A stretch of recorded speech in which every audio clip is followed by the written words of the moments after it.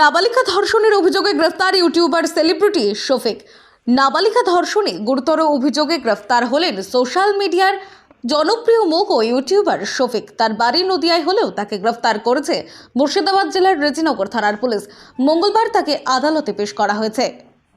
Police সূত্রে জানা গিয়েছে, একাধিক নাবালিকাকে বিয়ের প্রতিশ্রুতি দিয়ে শারীরিক সম্পর্কে লিপ্ত হন শফিক। অভিযোগকারীদের মধ্যে এক নাবালিকার পরিবার থানায় লিখিত অভিযোগ জমা দিলে শুরু হয় তদন্তে উঠে আসে বেশ কিছু গুরুত্বপূর্ণ তথ্য ও প্রমাণ।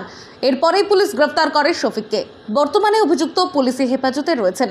তদন্তকারীরা তাকে জেরা করে জানতে চাইছে আরও কোনো ভুক্তভোগী আছে কিনা। তদন্ত চলছে সর্বোচ্চ গুরুত্ব দিয়ে। জনপ্রিয়তা থাকলেও এই অভিযোগ ঘিরে ইতিমধ্যেই চাঞ্চল্য ছড়িয়েছে। সোশ্যাল মিডিয়ায় বহু মানুষ ধিক্কার জানাচ্ছেন এমন আচরণের বিরুদ্ধে। শফিক মূলত ফেসবুক ও ইউটিউবে ভিডিও বানিয়ে জনপ্রিয়তা অর্জন করে।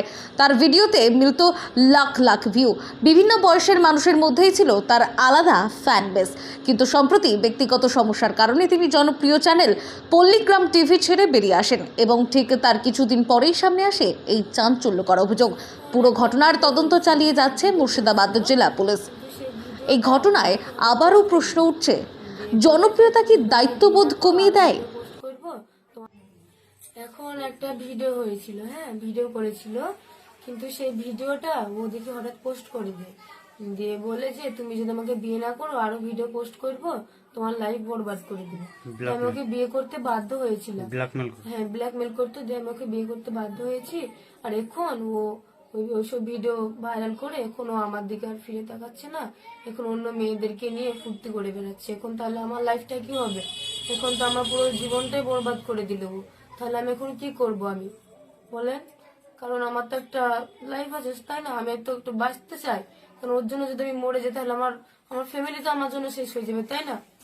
আর ও এখন আমাকে বিয়ে করে অন্য মেয়ে নেয় না আসছে, এখন আমার দিকে আর ফিরেও তাকাচ্ছে না। এখন তাহলে আবার কি হবে? যে ছেলেটা অ্যাকিউজড আছে, সে মাইনর ছেলে আছে, তার বয়স হচ্ছে 17 ইয়ার্স। ওর বিরুদ্ধে একটা অ্যালিগেশন ছিল যে একটি মেয়ে একটা এলিগেশন দেয় যে তার সাথে শারীরিকভাবে সম্পর্ক করে এবং সম্পর্ক করে তাকে মিসইউজ করা হয় এবং তার পরিবারকে ভয় দেখানো হচ্ছে। তো সেই মেয়েটির বাড়ির লোকের কমপ্লেনের উপর বেস করে একটি স্পেসিফিক কেস রিজু করা হয়েছে রেজিনগর থানায়, এবং যেটা পক্সো অ্যাক্টে রিজু হয়েছে এবং চাইল্ড ম্যারেজ প্রোহিবিশন অ্যাক্টের মধ্যে দেওয়া আছে। তাতে আমরা দুজনকে অ্যারেস্ট করেছি। যে ইউটিউবারের কথা আপনারা বলছেন, সে ছেলেটির বয়স 17 বছর।